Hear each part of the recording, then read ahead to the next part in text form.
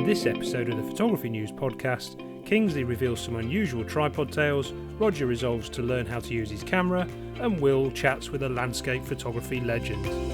Hello and welcome to the latest Photography News podcast, and it's a special one. It's a special one based around landscape photography, and we've got a very special interviewee coming up in a short few moments. But before we get on to them, let's just introduce the two people who are with me. My name is Roger Payne. I'm the editorial director at Photography News, and I'm joined once again by contributing editor Kingsley Singleton. Hello there. How are you doing? I'm very good, Kingsley. And to continue the haircut theme, I can see that you've had, well, I'm not sure that's a haircut or whether it's more of a shearing. It's more of a fight than a haircut. It was, but you know, I suppose it's a level of creativity that we've been denied so much by having to stay indoors. I've branched out into new forms of abstract hair chopping. It's very but nice. I'm looking forward to hearing from our special guest, because I think everyone's going to be really interested in what he's got to say. Absolutely. And before we get on to that, let me also introduce the man who really needs no introduction, Mr. Photography and the editor of Photography News, Will Chung. Hi, Will. Hi, gang. How are we doing? We are good. You are still quite hirsute, which is good to see. You've not taken the Kingsley route. I can do what Kingsley's done to himself. I'm so embarrassed. Well, let's get straight down to it. And ordinarily on the podcast, we would discuss the things that we've been photographing. But as we said, we have got a very special guest. And that gentleman is one of the heavyweights of photography. If you mention the landscape photography, he's probably one of the first names that springs to mind, and that is Charlie Waite. Will, maybe you'd just like to frame, before we listen to the audio of Charlie's chat with you, maybe you could just frame exactly how you got the chat with him. So there's a person who was doing the PR for the Art Society. She got in touch with me and said, "Do you want to have a chat with Charlie?" Because he was invited as a guest judge for the Art Society isolation artwork competition. So he was a guest judge for that particular contest. And she said, if you want to have a chat with Charlie, because he's well known, he's not only a master photographer, he also founded or co-founded Light and Land, the well-known photo tours company, and he founded the Landscape Photographer of the Year competition, Of course, I knew all of this, and as soon as she said to me, do you fancy having a chat with Charlie Waite? I bit her arm off, not in a literal sense, of course. So it's a privilege to speak to him. Just one thing, I should apologise for the sound quality of that recording, unfortunately. Because of various technical issues, I ended up recording a landline phone conversation. So you hear me loud and booming in the foreground and Charlie a bit more distant. So apologies for the audio quality, but what he says is brilliant anyway. He's a great speaker. And as in your introduction, Raj, he's a tremendous photographer and very, very well known. So it's a real privilege to spend some time with him, and he was very generous with his time. Absolutely. So prepare for roughly about 25 minutes of absolute landscape photography gold. Here we go.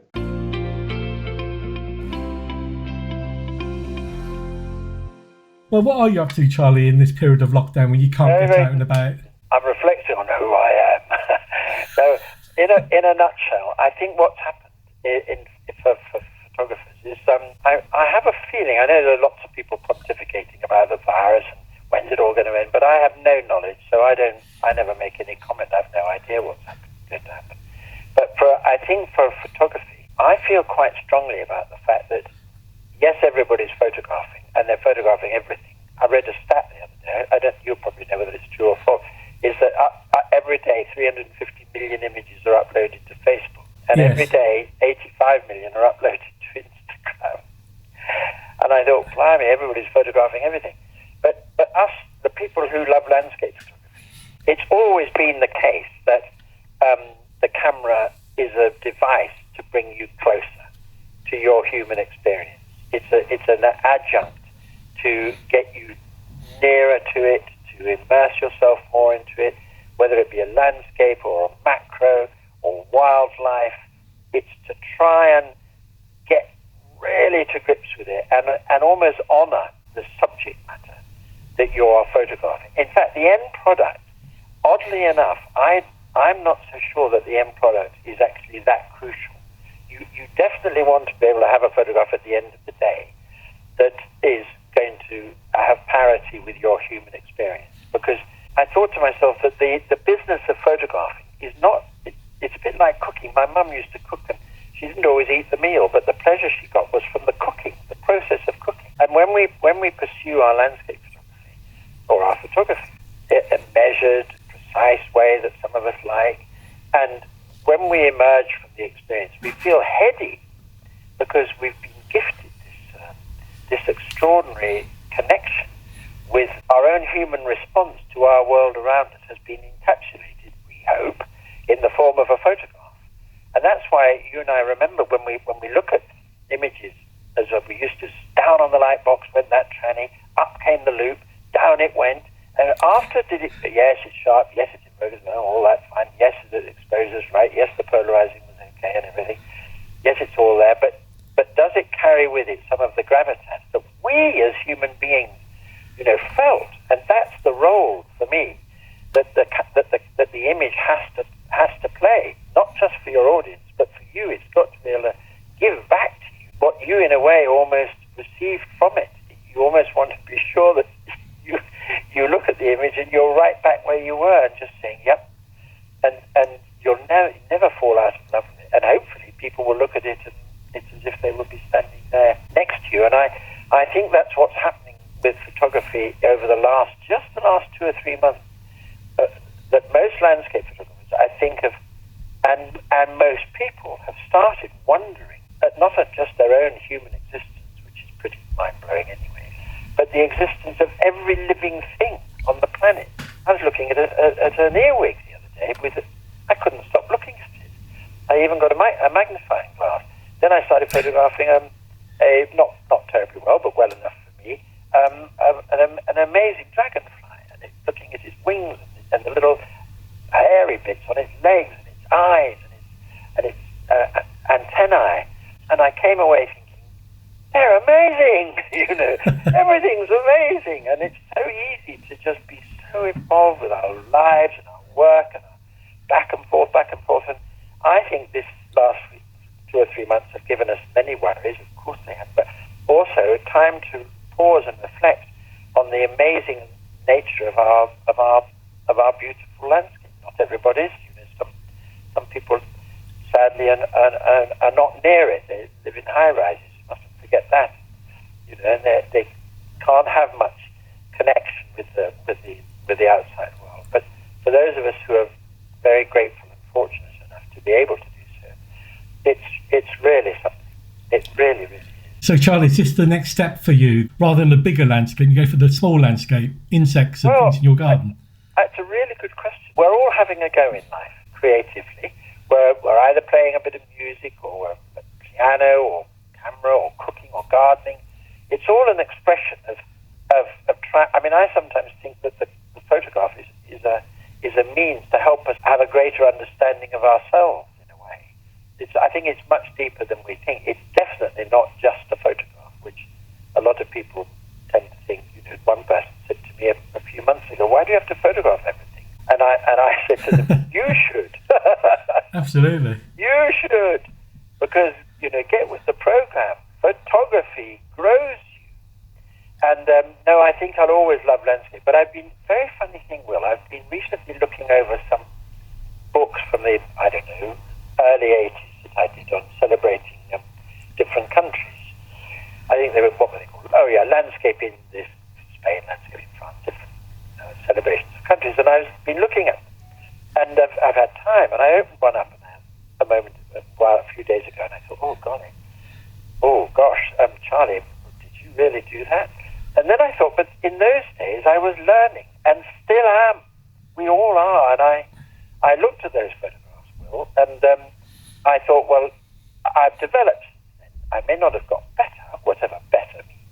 That would mean more people are going to say, wow, great capture, whatever it is they said. But I've definitely developed, and I've become more discerning, if you like. I've made so many errors in my photographic life, it's just not true. And I think I've learned from errors, multiple errors, and I'm sure I'll continue making multiple errors. But I'm trying to learn from them and I'm trying to notice as much as I can what I call, be visually agile. And I think really, although I'm absolutely nuts about every living thing in the world, and especially these little darling creatures I've just discovered, the dragonflies of the earwig, I don't think I'll ever be good enough to photograph them. But I'd love to wander down the riverbank with a, what do they call, entomologist, and learn. I want to learn more about these amazing creatures, I really would. Yes. I want to go down with a tree surgeon and find out, although I've always loved trees, I'd love to know much, much more about them. Somebody once said to an oak tree, there's about a ton of leaves up there, Charlie. Did you know that in high summer? It's amazing how much one doesn't know. But I think the landscape photography, the process, will never cease to give me absolutely immense pleasure, and the joyous frustration of it. That's a rather odd combination of words, because I think it should be tantalizing and it should be really difficult, and the reward is just immense, spiritual and aesthetic reward. So I'll never stop doing it, Will. Well, I mean, the word frustration is obviously relevant now because we've been locked down in our houses for a long period of time. I mean, you've been navel gazing, which is fine, but have you been frustrated by not being able to take pictures of landscape as opposed to just insects? Well, I've hardly ever photographed insects, so that has been fun. I have gone out a bit because I've been allowed to go out on my own, that in the car. Not much, but I'm very, very, very fortunate enough to live on a river that flows under the house, an old mill, and it's kind of falling down somewhat. But I have enjoyed enormously looking at river life. I've hugely enjoyed looking at the way water behaves and the character of water, which is, landscape photographers just love water, don't we? And I've been looking at the way it reflects and absorbs light. I've been learning a little bit more. I still think that landscape is my thing, and looking back at them, it gives me a lot of pleasure, even though I see faults in them. Well, you're very hard on yourself, Charlie, saying you made a lot of mistakes, and you are the country's leading landscape photographers. So, do you think you've made that many mistakes? That's very sweet of you. We've got a lot of very distinguished colleagues in our group, haven't we? Really, we're all having a go, and I always think of the great Ansel Adams, who somebody the other day said, "Oh, Charlie, you and Ansel Adams, he's old yesterday's news," and I just thought, "Oh my lordy." That's a swear word to me.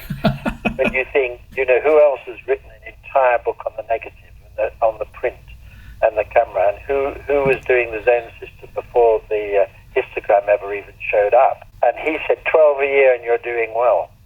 That's 12 photographs a year that met with his stratospherically high standards. And 12 a year. What I wanted to say to him, well, hold on a minute, Mr. Adams, what was wrong? What was wrong with the others? And when you look through and over and above the images for which he's famous, moonrise and his aspen yes. trees, he was photographing the single tree, the lonely item, which we all love, the lonely tree, the lonely building, the isolated item in the landscape. He was doing it in the 1930s and 40s. So I think a lot of people would do well to reread his some of his wonderful work. He was incredibly articulate. There was another lovely phrase. I know we love little phrases, but one was recognition and pre-visualization blended together in one single moment of awareness. And there's a beautiful line of recognition and pre-visualization blended together in a single moment of awareness, because many people I meet on light and land tours sometimes say the big thing, Charlie, I have trouble with is this composition thing, and I don't always know what bit I should photograph, and that recognition and then pre-visualization to know and see the image already in his mind's eye, and then set down to doing it, roll up the sleeves, right, got to produce an image that matches what I've already, basically the image I've already done. Maybe, Charlie, that's your next project, isn't it? A set of books on the sort of level Adams produced. Yeah, absolutely. That would be God. If I could come anywhere near his expertise, his ability to master the technical side in development. I mean, a lot of people forget that one of his other phrases was that expose for shadows and develop for highlights. He could compress and extend the subject brightness range of a scene without any dodging or burning, but simply by exposure and development. Sometimes you cut development by T-Max and D76 or whatever it was that you and I will remember by sort of 3 or 4 minutes. So I think it would be, if people want to learn about landscape photography, there are lots of marvellous books written by lots of my very distinguished colleagues, but Mr. Adams still ought to just get some of his and just reread them. It's not heavy going. Is that the advice you would give our readers who are obviously still locked down? They still can't travel around too much at the moment. What advice would you give them for their photography right now? One of the bits of advice that I would give is, more often than not, people who are wanting to learn about photography and advance their photography and suddenly have sort of almost realised that photography is not just a photograph. It's a massive expression of human creativity. I mean, huge. Even though we're seeing all these millions of photographs being uploaded, your own personal production. I often think if they see a photograph that they're going to do, see it as a production, not just a photograph. See it as a multi-dimensional, quite complex production with lots of things to consider. But the one thing that a lot of people don't have time to do is to say to themselves, do you know, I've never known what that bit was on that menu. I've never really understood that. Go through the whole blessed menu on the back of that camera and say to yourself, right, I've got all the time now. What does that do? Oh, right, that's a quick way of changing the ISO. Of course, because if a shutter speed and aperture are sacred, as aperture often is, as you and I know for depth of field, what other variable is there? Oh, it's the ISO. And look how quickly I can change that. Oh, I know what I'll do as well. I'll do some tests. That's what I'm going to do. I've always wanted to know when the ISO, at what point does it get intolerable?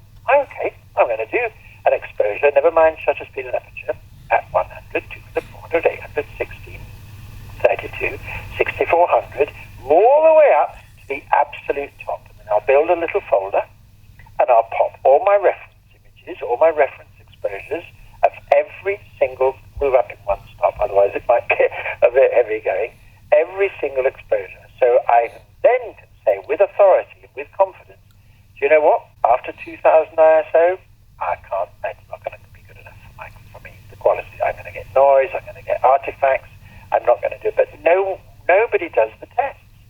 So we all end up with saying, oh no, I don't like to shoot at too higher ISOs. Oh really? Well, why? Have you done the test? No, but it's, people say that. Yes. Well, people, why don't you find out? Then you'll know. And the same with depth of field. I find that very interesting. People say, and diffraction too. Oh, you get diffraction. Well, at what point does diffraction kick in? And how vulnerable are your lenses to diffraction? So I think this time could be spent saying, right, I'm going to tuck up in bed, I won't watch the telly, I'm going to get the camera, and I maybe get the instruction book, and I'm going to do something I've never really done. Read the instruction book. So then when I'm being creative, and I want to be a quick operator, I will not need to say, oh, damn, oh, gosh, no, I'd forgotten, oh, what does that do? And it happens to the best of us. It really does. No, you're absolutely right. Oh. No, that's a very good advice, Charlie, I have to say. Sorry, I do go on about it. No, that's perfectly fine. Think, I've never known what the clutch did in the car, just push the gear stick. Makes an awful noise, but I kind of managed through. Coordination of clutch, gear stick, accelerator, and brake. If you can do that with your camera and feel really confident with your creative tool, which is what it is, this fantastic creative tool, with which you can do so much, be it traditional or ICM or long, whatever it is.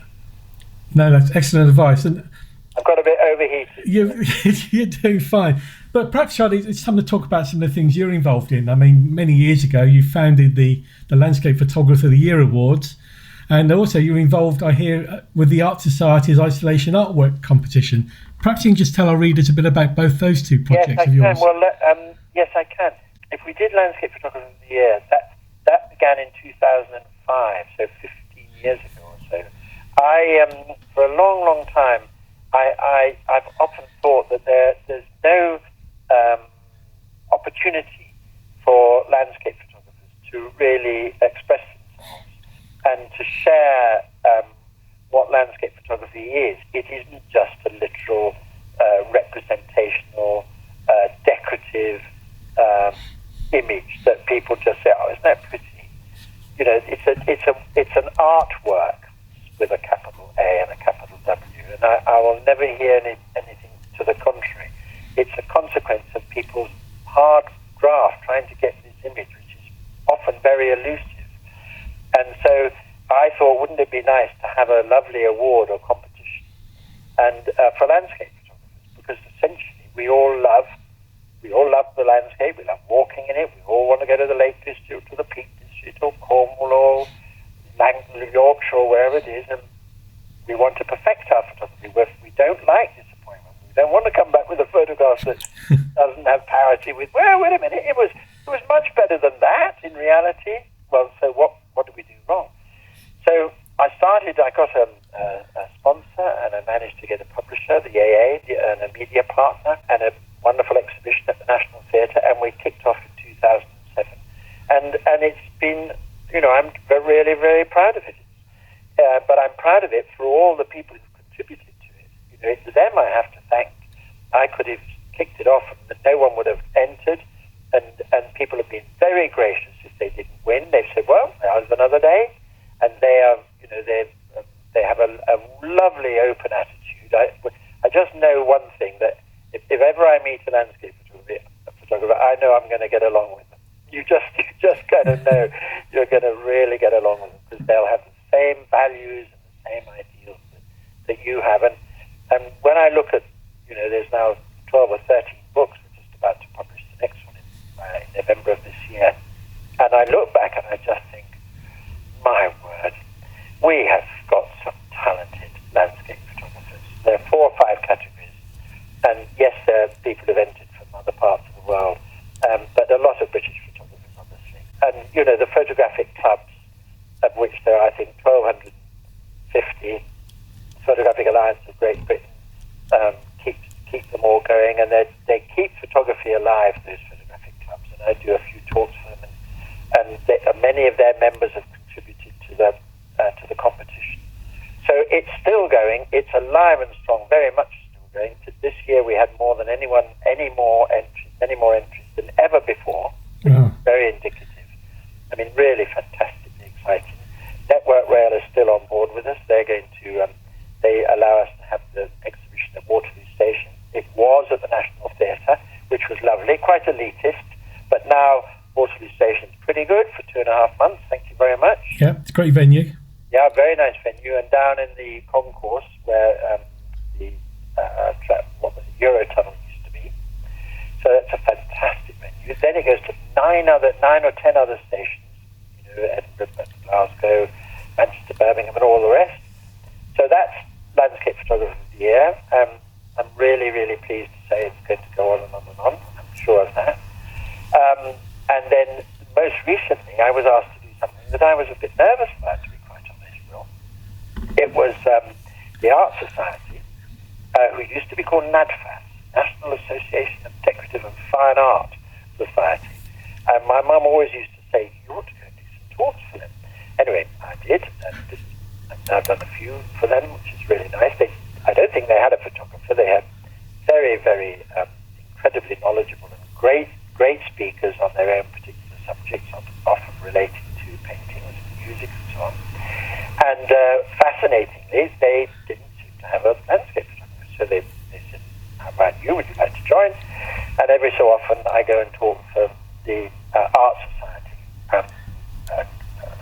clubs in various different, they're not really clubs, but membership in various different towns. In fact, there's one in Cambridge. So I did that, and I think it's become the new boy on the block in a way, and very sweetly they seem to quite like me. Nobody throws anything anyway at me after my talk, so I'm okay. I muddle through. And what's really rather nice is that they asked me to judge an art competition for 19 to 25-year-olds, I believe. And it was created. It was not a photography competition. I thought it was. It was painting, and it was photography, a little bit of this, a little bit of that. And thoroughly enjoyed it. It was in at the deep end. I thought to myself, right, come on, this is work you've never seen before. It was supposed to be work that was relating to the lockdown. And it was very, very intriguing. It was very interpretive. A lot of it, a certain amount of it I had to really look at with great care, and then read the text, read the explanatory notes that went with it, and I thoroughly enjoyed it. And I think there were 3 or 4 other judges, and I hope I've done them proud. But again, I've learned something, and if there's one thing I love, it's learning things that I didn't know before. So I've certainly learned something from these. They were very talented, and I've just been, along with other judges, judging the 2020 Landscape Photographer of the Year award. And along with a lot of us, we take it very seriously, and it's not easy. It's quite tortuous. But we've done the preliminary, then the interim, and then they looked at it again and again. And finally, we come up with these category winners and the outright winner, and many others will go into the book and the exhibition. So I'm just thinking 13 years ago, when you set up Landscape Photographer of the Year, did you imagine it would be as big as it is? Because it is the competition for many people in this country. When I speak to club photographers, they all want to do well in it.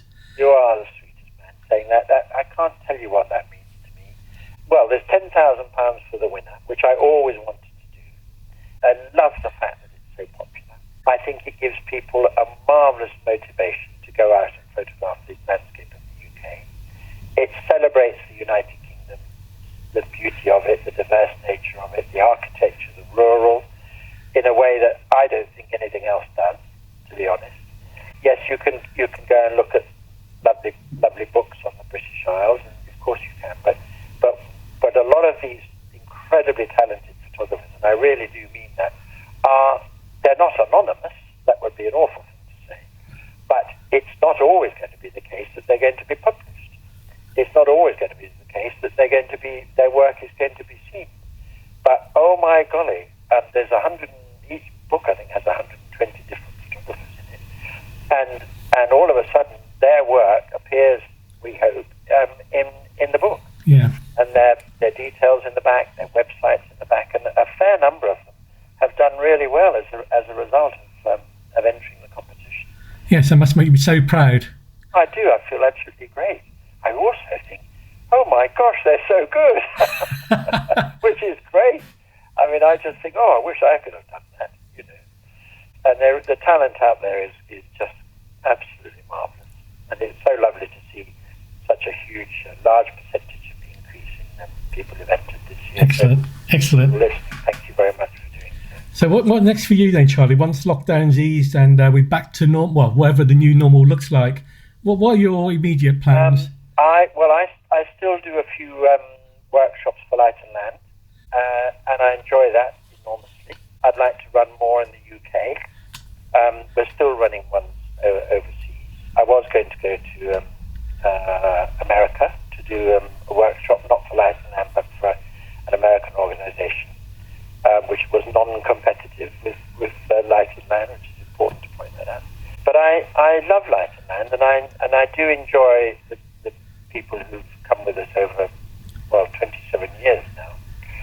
And I think my friends, my fellow leaders, who are terrifically courageous, really, in that they're prepared to go to places in the UK and beyond, and recce them and produce really nice tours. And that's all really lovely. To answer your question a bit more definitely, is I wouldn't mind doing a television series.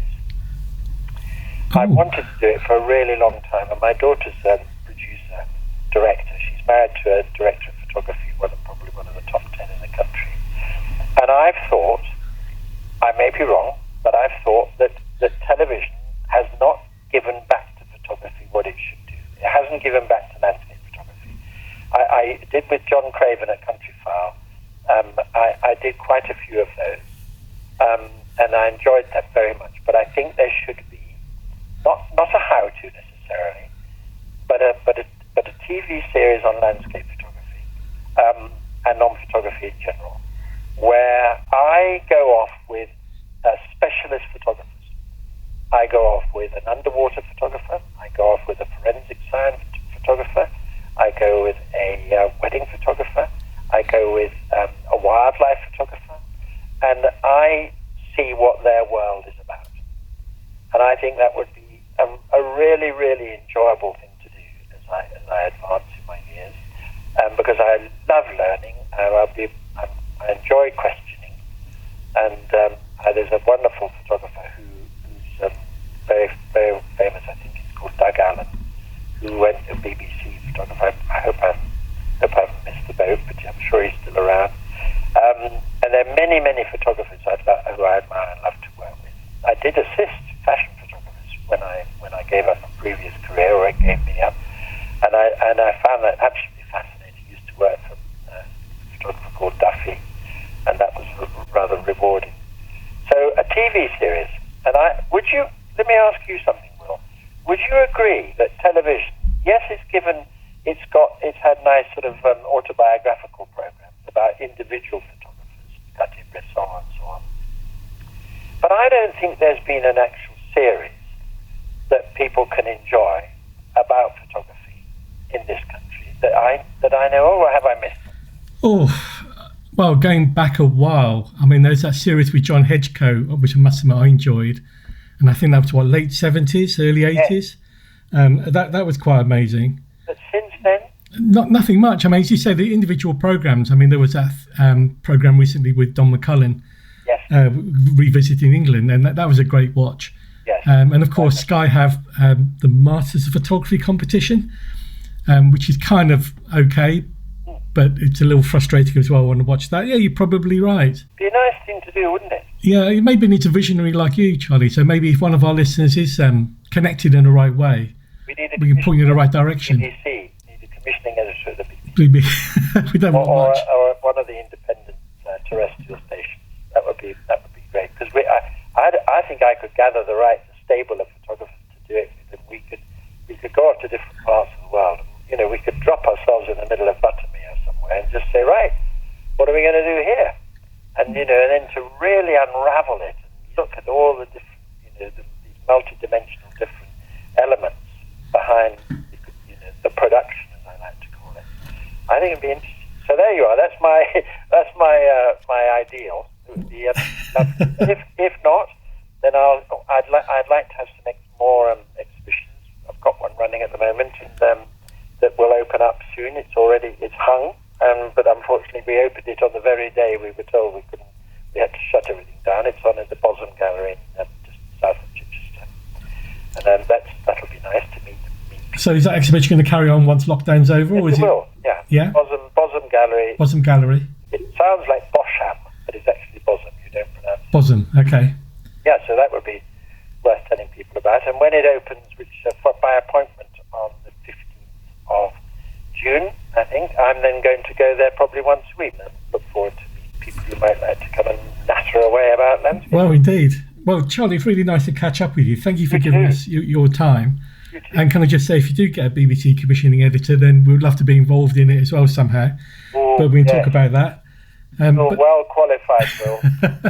No, it's great to chew the fat with you, and thanks for giving your time over to us. You too. I enjoyed it very much. Thank you very much. No, thank you. And until the next time.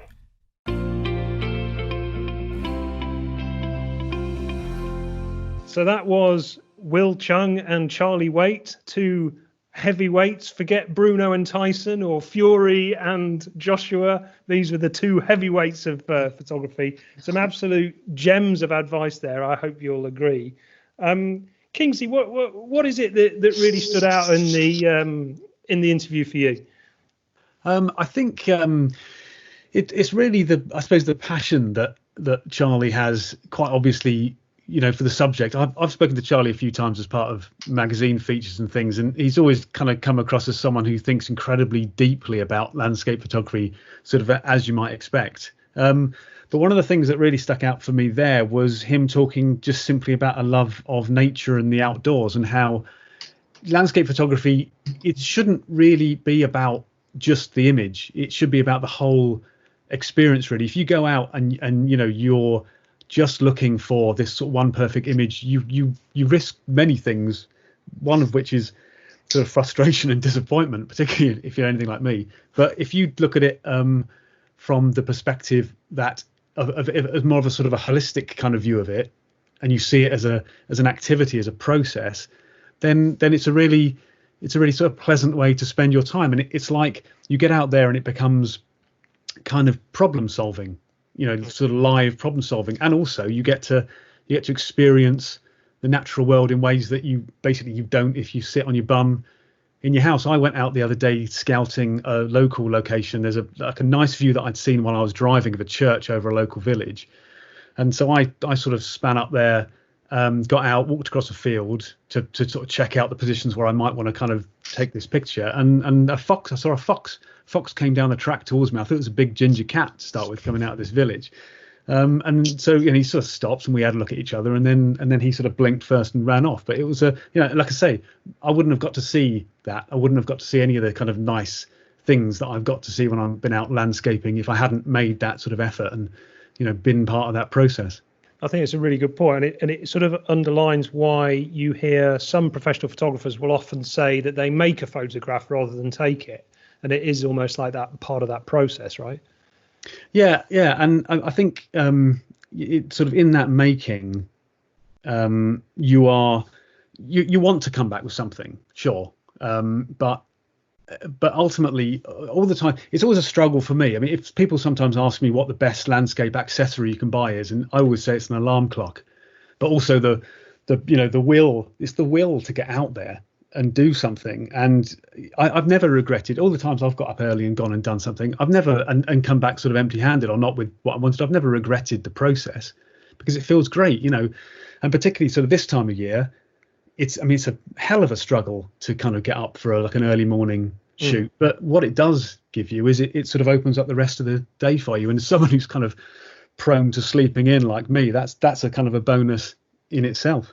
Absolutely. What about you, Will? I mean, you interviewed Charlie. What were the things that stood out for you? Well, firstly to say, Roger, it was a real privilege having some quiet time with Charlie. I've met him on many occasions and often at functions. For instance, the Landscape Photographer of the Year presentation awards, but often he's surrounded by people and you really can't grab a quiet word with him. So it's a real privilege to spend some time with him. And I took a couple of things out of it. One, the fact that he does think about his photography in quite a deep level, which I clearly don't. And he's such a keen on Ansel Adams. And of course, when he started talking about Ansel Adams, it kind of got me thinking about it too, because I'm a big fan of Adams's too. And I just looked at some of the quotes that Adams come up with. I mean, one which I loved and resonates with what Kingsley just said.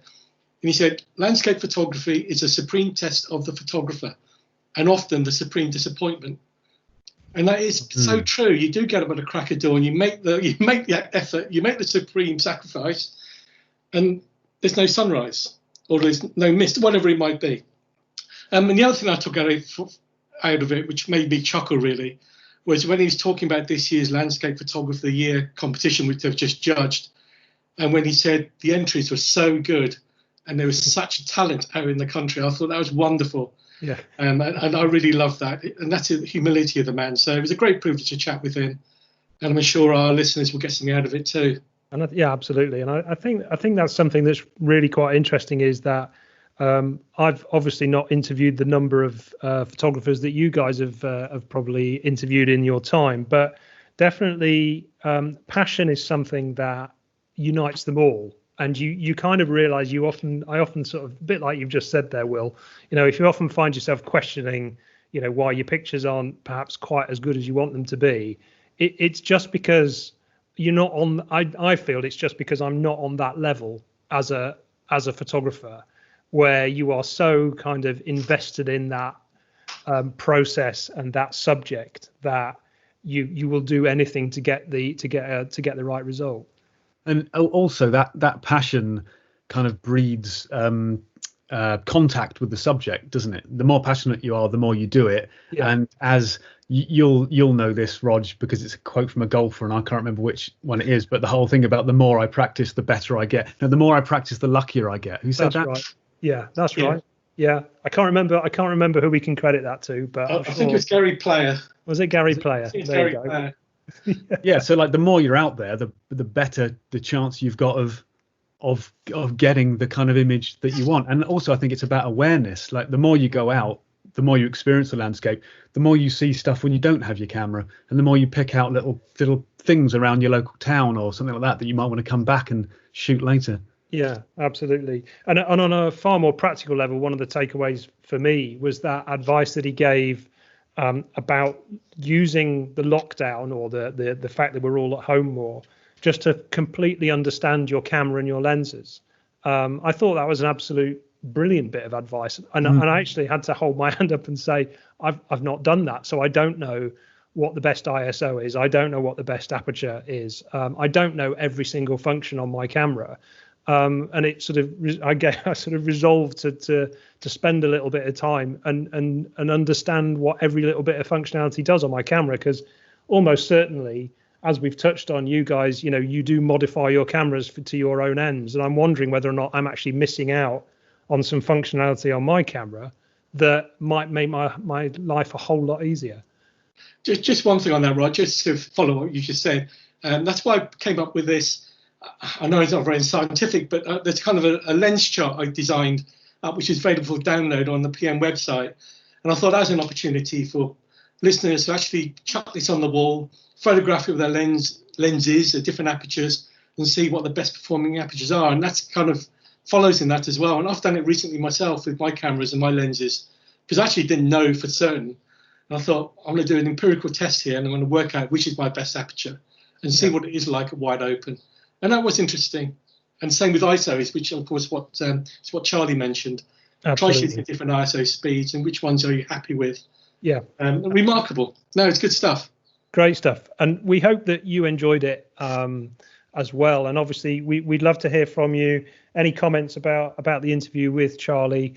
And obviously, any other photographers that you'd be keen for us to talk to. It's something that we've discussed ourselves. You might not want to hear the three of us droning on all the time. You might want to hear somebody like Charlie, other photographic names that you might want to pull out the hat that we could interview.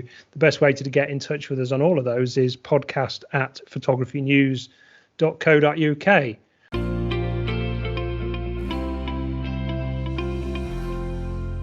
And on that note, it's probably a good time to move on to some people who've done just that and got in touch with us on that email address to ask some questions. And we've got a couple of landscape related questions, which I'm going to put to our collective experts here to get some answers for you. And the first one comes from Dave, who's in Southgate. And he says, as a family man, I never seem to get the chance to go out and shoot in the golden hour, or the blue hour, presumably as well. How can I get good landscapes at more civilized times of day? Great question. Will, what's the answer? No pressure. Bribing the family to get up at the crack of dawn and go out with you. Well, there are various things you can do, because it depends on what you want in terms of conditions, and it's not all about sunshine and great light. Sometimes you can take great pictures when it's, for instance, really stormy. So using perhaps a longer exposure filter at the middle of the day when it is more family friendly, but you get great skies in the middle of the day, so there's a chance to use extreme ND filters. If it's cloudy out in the middle of the day and you're struggling, then I like shooting these micro landscapes you can do when you're walking around the countryside. And it might be just patterns in the grass or patterns in the ferns or in the foliage. Just keep cutting out sky and actually focusing on the small rather than the grand vistas. It's focusing on the micro view. So I think there's plenty of opportunity to shoot when the light's not great and away from the great hours, especially this time of year in June, when the best light is around 5-6 o'clock in the morning, and then 8-9 o'clock at night. And they're not great times, even for even if you've got an understanding partner. It's still a challenging time because people won't have breakfast or want to eat dinner and other considerate things. Of course, later in the year, it's much easier in that respect. But I'll say shoot small, think small, and try different filters. Have a play. What about you, Kingsley? What can you add to that? Yeah, I think I was going to mention about using the stronger filters, which is something that you can do during even sort of the brightest light in the middle of the day. But also things like, I think I might have mentioned this on a previous pod, but using longer lenses and trying to pick out details sort of far off in the landscape is quite a good thing to do. And also, if you stick a polarizer on a longer lens, it's going to increase the contrast, which might be a little bit lacking in the middle of the day. Also, though, it's important to remember that one of the reasons why people go out in golden hour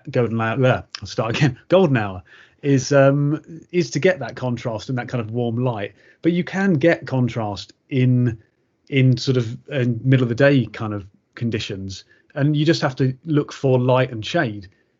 So you can still have elements of a scene that are lit and those which are sort of unlit, and that kind of works again, particularly with longer focal lengths. And also if you try shooting in woodland, that can be something that you can do during the day, because you get this kind of mottled light, and the sort of the harshness of it is kind of held off a little bit. I'm interested that neither of you have mentioned the black and white option or the infrared option, for that matter. I would have thought those would be two decent options for Dave to consider. I mean, particularly infrared. I mean, Kingsley, you've got an infrared converted camera. What's the best times to go out to shoot infrared? Which I bought off Will Chung. Yeah. Will's Camera Emporium. Yeah, that's why I won't use it, because I think it's haunted. That is a perfect example. I mean, you're probably going to be looking for again sort of some level of cloud cover to make the skies a bit more interesting and get that kind of deep black sky against your white fluffy clouds kind of look. But it is almost the inverse of traditional landscape photography, where you're looking for lots of light, lots of direct sunlight, really, and that's kind of what makes those images pop. You might find it's one of those things that it has kind of complexity upon complexity once you start looking into it, because you'll probably find that some lenses don't shoot as well in infrared conditions as others. They get this kind of hot spot on it, and actually weirdly it's quite often cheaper lenses that function better, I think. The last time I shot infrared, it was when it was film, and I seem to remember you had to do things like refocus according to the infrared. Is that still something you have to do with an infrared converted camera? No, you don't know, because obviously when they convert the camera, they change the sensor. So you don't have to do any more. It's all then optimized. But of course, the thing is, Rog, to have your infrared camera converted, it's not a cheap process. So it was £300 the last time I had a look. So the reason I didn't mention it was the fact that, sorry, I forgot the listener's name. Was it Dave? Dave. He might have the budget to spend £300 on an infrared converted camera. That said, you can buy filters and obviously then put your camera on the tripod. And there are some filters and some camera combinations that you get infrared effects with. For instance, I know Sigma, for instance, have a camera where you actually take out the hot sensor, the hot mirror, and then you get some very good infrared effects using that. But using a normal camera with an infrared filter, you need exposure to several minutes. Sure. So what about just conventional black and white? Will, I know you're a big advocate of that. What are the optimum conditions to get good black and white landscapes? Well, for me, I love black and white in all conditions. I mean, I love it when it's particularly cloudy because of the mood you can get. I mean, I'm quite a harsh black and white printer converter, so I zap up the contrast and darken the sky a great deal. So on gloomy days in the middle of the day, fine, it's no problem at all. And of course, black and white also, if you're shooting pictures with any sort of texture in it, when there's a bit of light, that can work really well too. So just look for light. I mean, Kingsley's mentioned it. We all think about it as well as photographers. We don't photograph the scene, we photograph the light. And with black and white, that's really important. So absolutely, that's a very good option to consider. So there you go, Dave. I'm sure that's given you a lot of food for thought. Plenty of ideas there, and hopefully you can get out and get some great shots at a time that suits your family. So moving on, we have another question from Linda in Blackpool. She said, I'm in the market for a tripod for my landscape photography. Which models do the team use, and do you have any specific recommendations? My tripod is one that I've had for years, and it's a Manfrotto 055. Now, I think I'd probably say it's probably not the perfect one for landscapes because it's quite big and it's quite heavy. It's aluminium. It's got a ball and socket head on it. If you're prepared to lug stuff around or you haven't got too far to go from the car, then it's probably a solid buy. I mean, it's a very solid tripod for sure, and I've never had any problems with the support that it offers. But it's perhaps not the perfect one for landscapes. However, I do know that the two gentlemen I have with me are far more landscape savvy in terms of their tripod choice. So, Kingsley, what about you? What are you using? But I've got lots of tripods. That have wandered into my possession. A man can never have too many tripods. Well, right? no, I think you're absolutely right. I think there's a great joy to be taken in using different sets of legs. I've got a Jitso Systematic 3 at the moment, which is a fantastic tripod, really, and it's the sort of thing that people kind of think. It's a carbon fiber one. It's a big model, very, very stable, but also very light.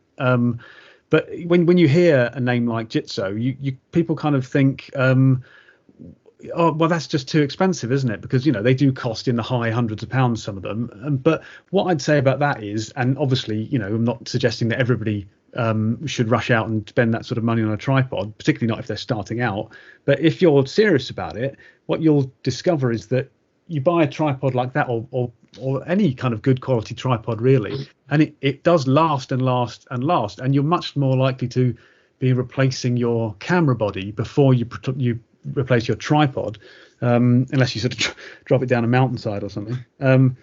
But I've got others. I've got travel tripods as well, which I use for landscapes when I'm sort of abroad and you don't want to kind of lug too much weight around. I think there's an interesting discussion to be had about this idea of aluminium versus carbon fiber. I think it really depends on the overall size of the tripod as to how much benefit there is. Because if you're using quite a small tripod, there's not that much difference between the two. You've got a big set of legs, and it does make more of a difference. Yeah, I don't think carbon fiber was an option when I bought my things. I don't think it had even been.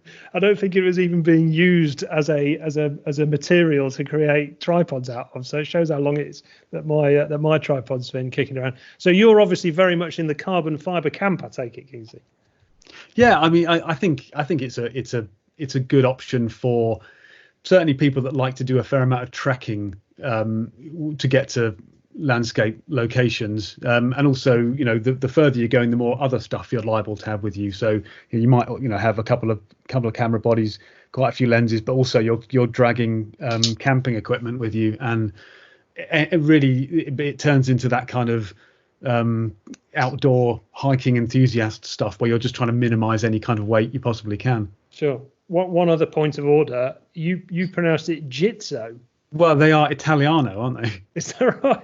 I've always called them Gitzo. I think I used to call them Gitzo, and then I heard someone, I think it's in one of their adverts or one of their ambassadors talking and saying Jitso. And I thought, that's quite cool, isn't it? Oh, well, there we go. I should also say that that Systematic 3 has put up with a hell of a lot of punishment, and it's been up and down all sorts of mountains and things. And once I used it to, I'd gone up a mountain in the Faroe Islands, and I used it as a rudder. I came down on my backside, sort of effectively sliding down a snowy thing, which I would not advise anyone to do ever. But I was taken by this kind of this expanse of white that I could do, and I had it out behind me, using it as a sort of a rudder to steer myself, and it got through that perfectly. So an A+ for that. Excellent. So Will, what's your tripod of choice?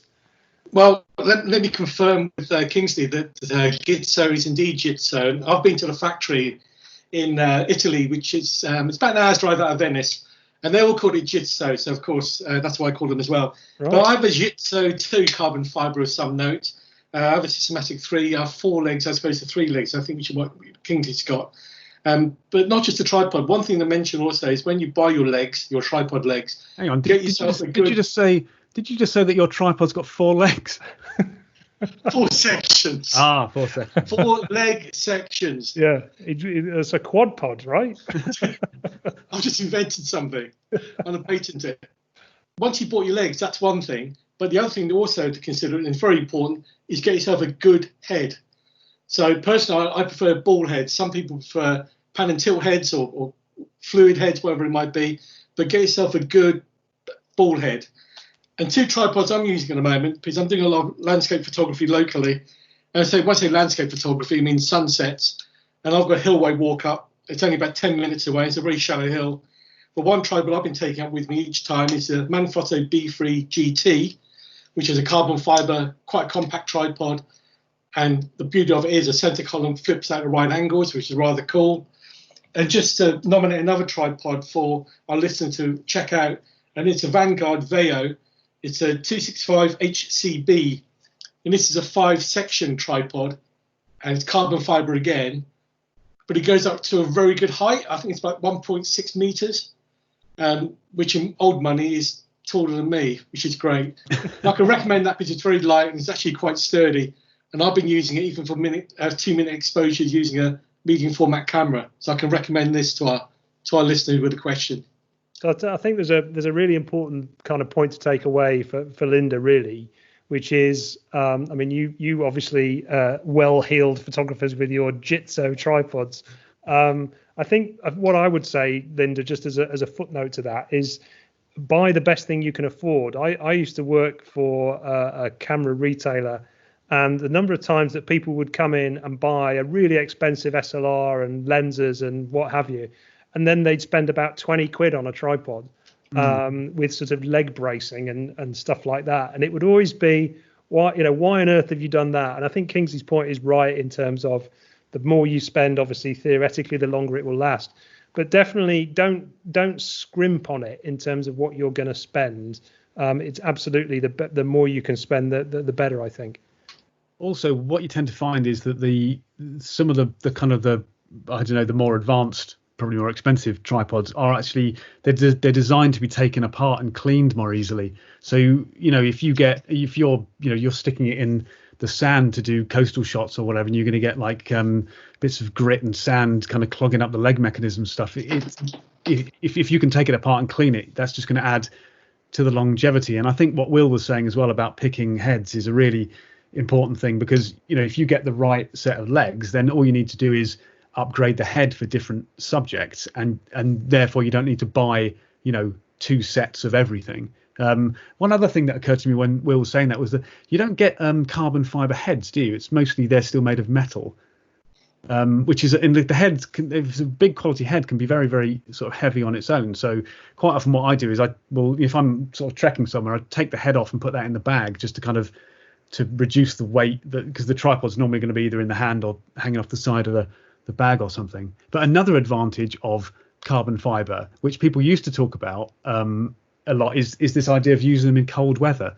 And like if aluminium in cold weather can be quite painful to touch if it's really, really freezing. Now, I was well aware of this, and I'd never encountered it until I went to Svalbard, which is within the Arctic Circle.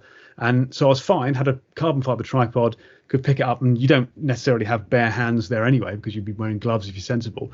But the hilarious circumstances, I managed to kind of, when you're thinking and you sort of stick your tongue out in your mouth, that sort of thing, I managed to stick my tongue to the tripod head because it was so cold.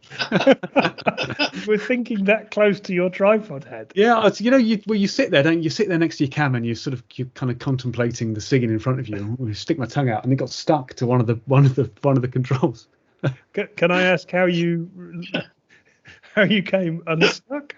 Just with a bit of saliva. A little bit of saliva can cure almost anything. Okay. Well, you're just licking the tripod for the sheer pleasure. Yeah, it's that. It's a high quality tripod. I wanted to show it some appreciation. You're licking your Jitso.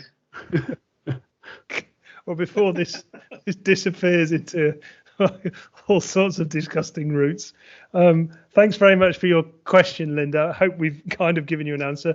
But don't lick your tripod if you're in cold conditions, and particularly not if it's an aluminium one that you end up choosing. So Linda sent that question, as did Dave, to reiterate, podcast@photographynews.co.uk. Please send in your questions. We do read every single one of them, so it'd be good to hear from you. If you wanted to look on the website, you've obviously got photographynews.co.uk, where we've got regularly updated content, including stuff based around the PN Summer Festival, which is going on at the moment. And you can also get in touch with us on social media. We're on Instagram, Twitter, and Facebook.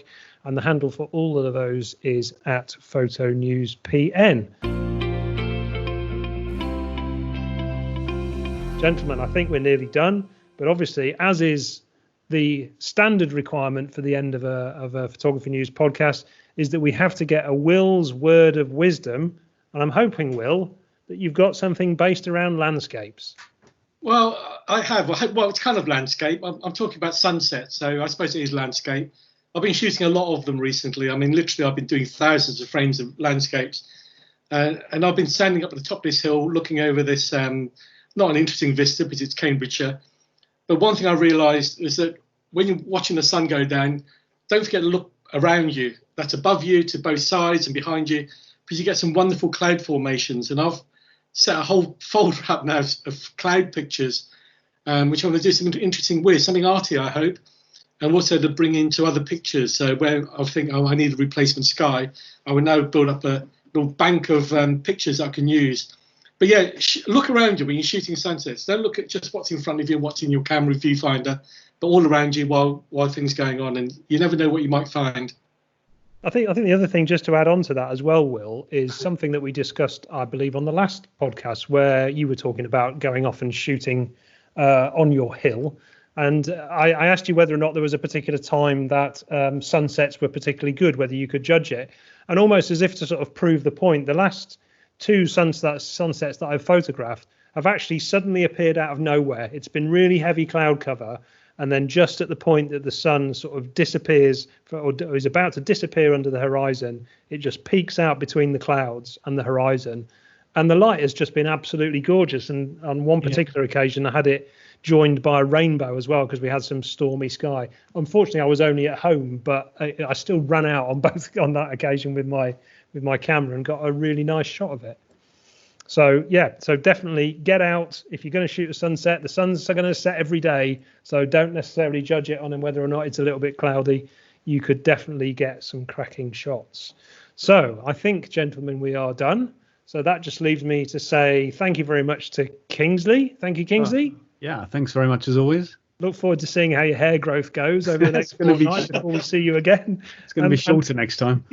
Yeah, I want complete baldness. That'll be fantastic.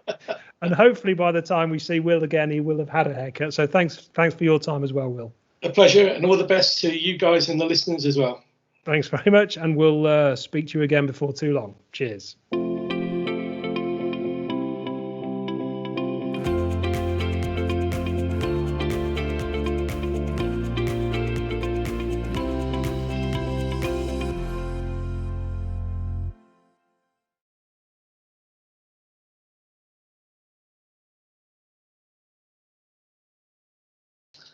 So that was Will and Charlie Waite, the Bruno. Hang on. You've got a. What on earth's that? It seems to have gone, whatever it was. Yeah, it does. Okay. Yeah. Yeah.